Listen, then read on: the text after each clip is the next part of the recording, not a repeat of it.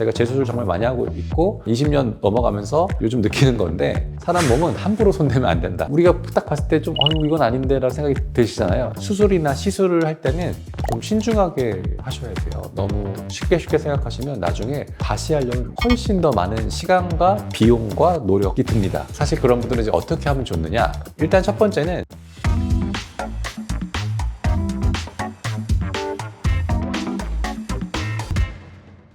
여러분 안녕하세요. 건강하고 아름다운 코에 대해서 이야기하고 있는 박철 원장의 코멘터리입니다. 여러분 반갑습니다. 안녕하세요. 저희 코멘터리 댓글로 많은 분들이 제가 이런 상황인데 지금 코성형 해도 되나요? 이런 질문들이 많아서 한번 원장님께 이런 분들은 코성형 지금 절대 하지 마세요. 코성형을 하지 말아야 되는 케이스들.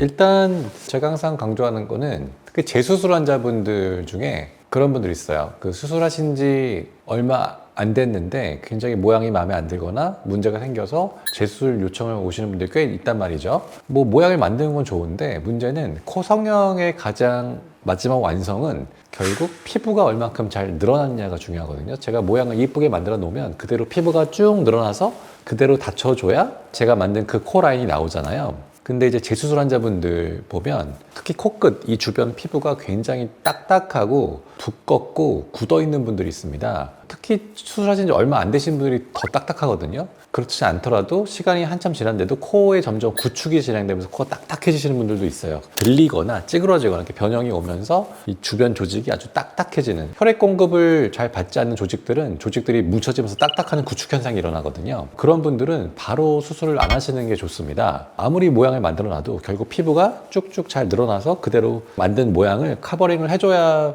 완성인데, 코성형이 늘어나지 않고 너무 두껍고 이러면 억지로 막 끌어내서 닫으면 여기 이런 게 상처 부위에 흉터도 많이 지고, 그리고 모양이 결국은 안 좋아져요. 사실 그런 분들은 이제 어떻게 하면 좋느냐. 일단 첫 번째는 기다리시는 게 좋습니다. 시간이 지날수록 우리 조직은 조금씩 좀 말랑말랑해지거든요. 수술하시고 6개월, 1년밖에 안 되는데 아직 딱딱하다. 그런 분들은 조금 더 기다려주시는 것도 괜찮습니다. 근데 사실 기다리기 쉽지 않을 수 있어요. 그냥 모양이 많이 좀 이상한 분들 같은 경우에는 심리적으로 많이 쫓기시기 때문에 한두 달 기다린다고 되는 것도 아니거든요. 그리고 기다린다고 무조건 또 다 말랑말랑해지는 것도 아니기 때문에 심리적으로 아주 많이 쫓기고 계시거나 아니면 시간이 좀 지났는데도 계속 딱딱하신 분들은 수술하기 전에 피부에 전 처치를 좀 많이 하고 들어가는 경우도 많습니다. 특히 구축 환자나 코가 딱딱하신 분들은 저희 병원 같은 경우는 보통 이제 줄기세포 수술을 많이 하죠. 본인 줄기세포를 뽑아서 농축해서 코 딱딱한 주변에 이제 싸주면 일종의 피부 재생 주사라고 보면 되죠. 구축되고 딱딱해지고 두꺼워져 있는 피부를 회복시켜서 말랑하게 만드는 효과가 있거든요. 보통 수술하시기 한두 달 전부터 매니지가 들어갑니다. 뭐 한 번 맞는 분도 있고 두세 번 맞는 분도 있는데, 그래서 줄기세포를 좀 몇 번 맞아서 피부 재생을 시켜주고 들어가거나, 줄기세포까지 아니더라도 PDRN 주사라고 해서 요즘에 또 피부과에서도 많이 쓰시는 피부 재생 주사가 있는데요. 그런 것들을 코 주변에 좀 아프긴 하지만 여러 번 맞고 들어오시면 조금 더 피부가 이렇게 늘어나고 생착하고 재생되는 데 있어서 좀 도움이 되기 때문에 그런 식으로 좀 생각하시면 좋을 것 같고요. 수술을 바로 하시지 말아야 되는 첫 번째 경우는 재수술 환자분들 중에 피부가 너무 딱딱하고 두껍고 잘 늘어나지 않는 상태에서는 바로 하시지 않는 게 좋다, 이렇게 정리를 하고요. 그럼 원장님 제가 여기서 질문 드리고 싶은 게, 보형물을 빼고 몇 개월 정도 기다려야 되는 겁니까? 그런 경우도 있어요. 최근에 했던 친구인데 재수술을 하러 왔는데 코 안에 이제 실리콘이 들어가 있는 상태였거든요. 모양을 더 예쁘게 만들고 싶으신 욕심은 알겠는데 제가 좀 잘 만져보니까 보통 구축의 원인이 실리콘인 경우가 많거든요. 실리콘이 계속 조직을 자극하면서 조직이 너무 딱딱해져 있는 거예요. 그래서 어떻게 했냐면 일단 실리콘을 먼저 제거했어요. 저희는 실리콘 제거를 보통 비개방, 코를 안 까고 코 안쪽으로 해서 하는 걸 제가 좀 선호하거든요. 왜냐하면 자꾸 여기 비주를 이렇게 오픈 개방을 자꾸 하게 되면 나중에 자꾸 할수록 여기 층이 크게 지고 피부도 잘 안 늘어나니까, 일단 저는 웬만하면 가급적이면 실리콘은 비개방으로 제거해 드리거든요. 아주 L자, 여기까지 들어가 있는 실리콘 아니면 보통 콧대에만 들어가 있는 실리콘은 보통 전 비개방을 제거합니다. 그래서 먼저 실리콘을 먼저 제거하고 그 다음에 좀 기다리기로 했어요. 실리콘이 자꾸 구축의 원인이 되니까 일단 실리콘을 먼저 제거해서 너무 딱딱해지는 걸 좀 더 이상 진행되는 걸 좀 막아주고, 한두 달 지나면 이제 아물거든요. 그 상태에서 이제 줄기세포나 PDRN 주사를 쏘면서 이 딱딱해진 피부가 좀 풀리게 만든 다음에 그 다음에 이제 수술을 들어가게, 이렇게 결국 스텝 바이 스텝으로 이렇게 스케줄 잡으신 분도 있어요. 기간이 보통 만약 보형물이 들어갔는데 너무 딱딱하다 그러면 사실 보형물이 들어간 상태에서 그냥 줄기세포 하면서 풀린다면 하는 경우도 있고, 보형물 자체가 너무 지금 구축의 원인이 되는 것 같으면 일단 제거하고 그 다음에 매니지를 하고 들어가는 경우도 있고, 그냥 하는 경우에는 수술하시고 그래도 최소 1년 정도 뒤에 하시는 게 좀 좋다고 말씀을 드리고, 1년 뒤가 됐어. 그 다음에 너무 딱딱하면 이제 뭐 줄기세포나 PDRN 몇 번 하면서 그 다음에 몇 달 뒤에 들어가는 경우, 그 다음에 실리콘을 제거한 다음에도 바로 쏘면 안 돼요. 여기 데드 스페이스가 생겼기 때문에 한두 달 정도는 좀 기다렸다가 그 뒤부터 줄기세포 PDRN 주사하면서 한두 달 조직을 재생시킨 다음에 수술 들어가고, 뭐 이렇게 보통 스케줄을 잡고 있습니다. 또 6개월 이 뒤부터 하라고 하는 분도 있는데 좀 케이스 바이 케이스긴 해요. 생각보다 피부 상태 괜찮으면 전에 수술하시고 6개월 뒤 하셔도 상관없는데, 좀 많이 딱딱한 경우에는 그래도 한 1년 정도는 기다리신 다음에 하시는 게 조금은 저는 좋다고 말씀드립니다. 더 뒤로 갔어도 좋아요. 뭐 2년 뒤, 3년 뒤 하셔도 되는데, 아까 말씀드렸듯이 보통 그렇게 심리적으로 그렇게까지 기다리지 못하시는 분들 좀 있긴 있죠. 그러면 보형물을 제거한 상태로 사실 재수술을 기다려야 되는 상황이잖아요. 많은 환자분들이 좀 심리적으로 맞아요. 그래서 아까 말씀드렸듯이 저희 환자분들도 일단은 실리콘을 먼저 제거해주고 한두 달 기다린 다음에 어느 정도 아물면 그 다음에 바로 이제 줄기세포 들어가서, 줄기세포도 이제 들어가서 분화해서 피부 재생시키는 데 시간이 좀 걸리거든요. 수술 전에 한 달 정도 줄기세포 하고 그 다음에 들어가기로 이렇게 했고요. 그리고 가끔 재수술 하시는 분 중에 줄기세포나 PDRN까지 필요 없는 분도 있어요. 그런 분들은 수술하시고 한 1년쯤 지났는데 상당히 많이 말랑말랑해져 있다. 그러면 그냥 들어가신 경우도 좀 있습니다. 그리고 생각보다 그렇게 많은 터치가 필요 없고 피부 상태가 나쁘지 않으면 수술하시고 6개월 뒤에도 하실 수는 있다. 보통 6개월, 1년 그 뒤부터는 하라고 말씀드리긴 하죠. 환자분들이 원장님 저 보형물 빼니까 너무 어색하고 빨리 좀 해주세요 이렇게 하시더라도 최소 반년은 보시는 거죠? 아니요. 그러니까 실리콘을 빼고 나서는 6개월까지 기다리는 건 아니고요. 빼고 한두 달 기다린 다음에 필요하면 피부 매니지를 좀 하고 한두 달 뒤에 들어가고 뭐 이렇게 하시면 되고, 근데 만약 그 사이에 모양이 너무 난 스트레스 받는다 그러면 이제 필러 같은 걸 살짝 좀 채워서 일단 조금 모양을 살짝 만들어주는 경우도 있죠. 반드시 녹는 필러를 꺼진 부분에서 살짝 채워줘서 어느 정도 볼륨 리플레이스먼트를 좀 해주고 그 다음에 이제 좀 기다리신 다음에 녹이고 들어가고 수술하고 이렇게 하는 경우도 종종 있어요. 보통은 잘 기다리시는데 가령 사회생활을 좀 하셔야 되거나 아니면 셀럽분들, 연예인분들 이런 분들은 필러 같은 걸로 살짝 모양 어느 정도 만들어주고 좀 기다린 다음에 녹이고 하고 뭐 이렇게 하실 수도 있어요. 두 번째 케이스는 많은 의사 선생님들이 뭐 경험하시겠지만 모양에 지나치게 디테일에 집착하시는 환자분들 계세요. 특히 재수술 환자분들, 처음 하신 분도 좀 있는데, 사실 코 성형이라는 것이 갖고 있는 지금 코 모양과 얼굴이 어울리지 않아서 하는 거잖아요. 그래서 얼굴에 더 잘 어울리는 자연스럽고 세련된 코 라인을 만들어 드리는 거는 맞는데, 그 목표치가 너무 과다하신 분들이 있습니다. 가령 좌우 얼굴은 완벽한 비대칭이거든요. 눈 사이즈도 다르고 콧망울 사이즈도 다르고 축도 조금씩은 틀어져 있고 높낮이도 다 다른데 두께도 다르고 경사도 다르고 다 다른데, 그런 거에 너무 예민하게 집착하시는 분들 간혹 있어요. 그래서 수술하시고 났는데 괜찮은 것 같은데 자꾸 뭐 높낮이가 신경이 쓰인다, 콧구멍 사이즈가 차이가 너무 많이 난다, 좌우 두께가 차이가 너무 난다, 이렇게 좌우 비대칭에 지나치게 예민하신 분들, 그런 분들은 사실 수술 전에 혹시 방송을 보신다면 내가 굉장히 그런 코 디테일에 집착한다, 근데 그게 의학적으로 교정이 불가능한 거에 집착한다? 그러면 사실은 마음을 내려놓으시거나 안 하시는 게 좋습니다. 재수술 상담을 오시는 분들 중에서도 그런 분들 많아요. 제가 봤을 땐 괜찮은 것 같은데 상당히 제가 봤을 때는 사소한, 별로 눈에 띄지 않는, 근데 그래도 의학적으로 테크닉적으로 개선이 가능하다면 전 해드리는데 도저히 불가능한 것들을 요구하시는 분들이 있거든요. 그런 분들은 계속 지금 병원들을 다니시면서 어떻게 보면 할 수 있다는 말이 나오는 의사를 찾을 때까지 계속 다니시는 분도 있거든요. 근데 거기서 문제가 있는 겁니다. 한 10명이 안 된다고 그랬는데 1명이 된다고 그래. 그럼 사실 정말 될까요? 아닐 가능성이 있어요. 일종의 상술이나 병원이 사정이 급해서 환자부터 땡기는 병원도 좀 있거든. 이런 얘기 방송해도 되나? 그래서 저는 코 성형은 사실 지금 갖고 있는 코 라인보다 좀 더 세련되고 예쁘고 이렇게 만들어드리는 건 좋은데, 너무 디테일하게 너무 과다한 기대치를 갖고 계시는 분들은 사실은 본인의 그런 심리 상태를 좀 본인이 제일 잘 알잖아요. 아니면 잘 몰라서 상담을 해봤는데 많은 선생님들이 하지 말라고 하는데 난 그게 너무 하고 싶어서 하시는 선생님이 나올 때까지 찾는 스타일이다? 그러면 사실 저 안 하시는 게 좋을 것 같습니다. 원장님 또 반대로 충분한 고민 없이 이런 권유라든지 그런 분들 너무 많죠. 막 생각 없이 했다가 빼는 분들도 있을 것 같은데, 생각 없이 했다가 생각하는 모양이 안 나오셔서 다시 재수 상담 오신 분 너무 많죠. 그건 하지 말아야 되는 건 아니고, 사실 코 성형이 전체 얼굴 성형 중에서 가장 어떻게 보면 어렵고 가장 컴플레인도 많고 재수술도 좀 많은 것 같아요, 제가 봤을 때는. 그래서 코 성형을 할 때 친구 따라 강남 간다고 그냥 가셔서 그냥 별다른 고민 없이 친구들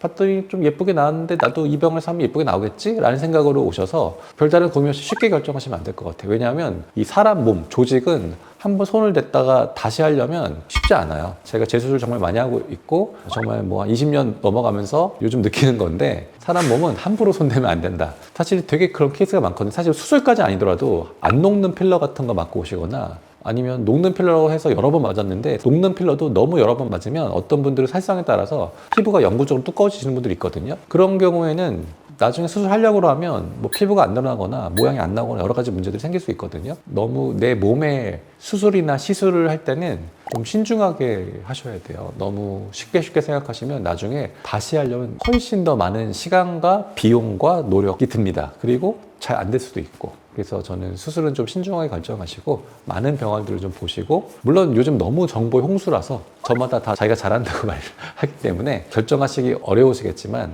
그래도 한 자리에서 오래 하는 믿을 만한 병원이 있다면 그런 병원에서 좀 안전하게 받으시는 게 좋지 않을까.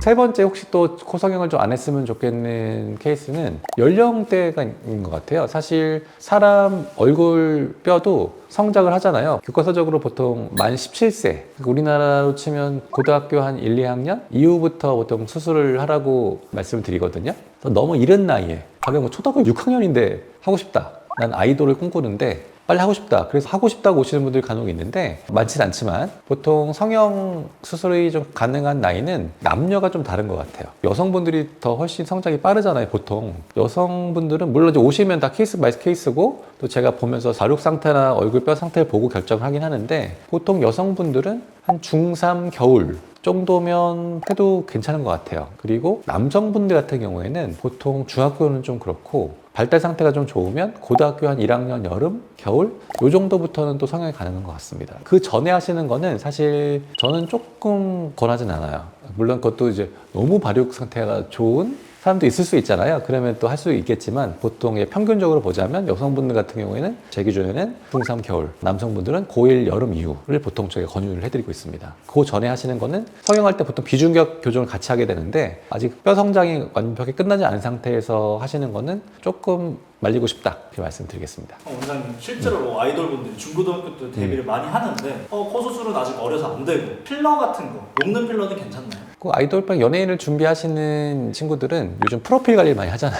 중학교 3학년 이제 졸업할 때 졸업사진 찍잖아요. 그 졸업사진 찍기 전에 수술을 원하시는 분들이 있어요. 코필러는 근데 그렇게 드라마틱한 효과가 있는 건 아니거든요. 필러로 자꾸 어떻게든 코 모양을 만들려고 하는 노력들이 저는 조금 좋게 보지 않는 편이라서 부분적으로 미간이 너무 꺼졌거나 약간의 볼륨이 필요하신 경우에는 그것도 상태 봐가면서 얘기해야 되겠지만 뭐 필러를 한 번 정도 가볍게 맞는 건 괜찮을 것 같다 생각합니다. 근데 여러 번 막 두세 번씩 맞는 거는 저는 좀 아니라고 생각해요. 아직 중3도 되지 않은 더 어린 나이다. 초등학교 6학년, 뭐 중학교 1, 2학년인데 데뷔를 해야 되는데 코 라인 중에 정말 꺼진 부분이 있어서 그게 조금 스트레스다? 그러면 필러 정도는 제가 지금 봤을 때는 아주 가볍게 한 번 정도 쏘시는 거는 괜찮을 것 같고, 그래서 여러분들 오해하시는 게 필러 맞으면 무조건 6개월, 1년 뒤에 다 꺼진다? 그건 아니에요. 보통 녹는 필러라도 보통 제 경험상 50% 이상은 항상 남아 있거든요. 그래서 다 꺼지는 건 아니니까 한 번 정도는 맞주시는 것까지는 저는 오케이. 두 번, 세 번 하시는 거는 저는 좀 반대. 조금 기다렸다가 나중에 잘 수술하시는 게 훨씬 낫습니다.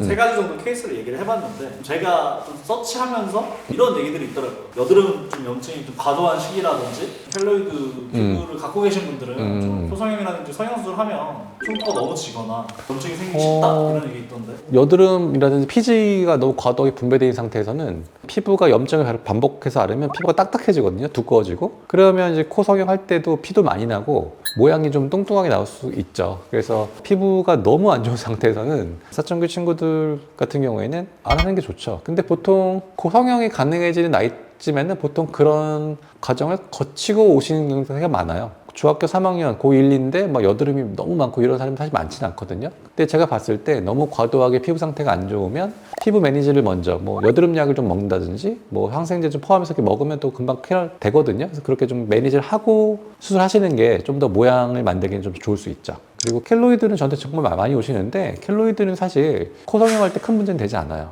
켈로이드라고 해서 흉이 더 지거나 모양이 더 안 좋아지거나 하지는 않는 것 같습니다. 사춘기라서 한참 피지가 그냥 폭발할 때 막 염증이 너무 심하고 막 툭하면 고름 잡히고 이럴 때는 사실 조금 피하시는 게 좋죠. 그럼 마지막으로 그런 얘기가 또 있더라고요. 성형에 대한 교과서에 심리적으로 불안하거나 성형 강박이라든지 이런 분들이 네네. 보시면은 성형에 대한 좀 보수적으로 얘기를 해야 된다고 이런 얘기.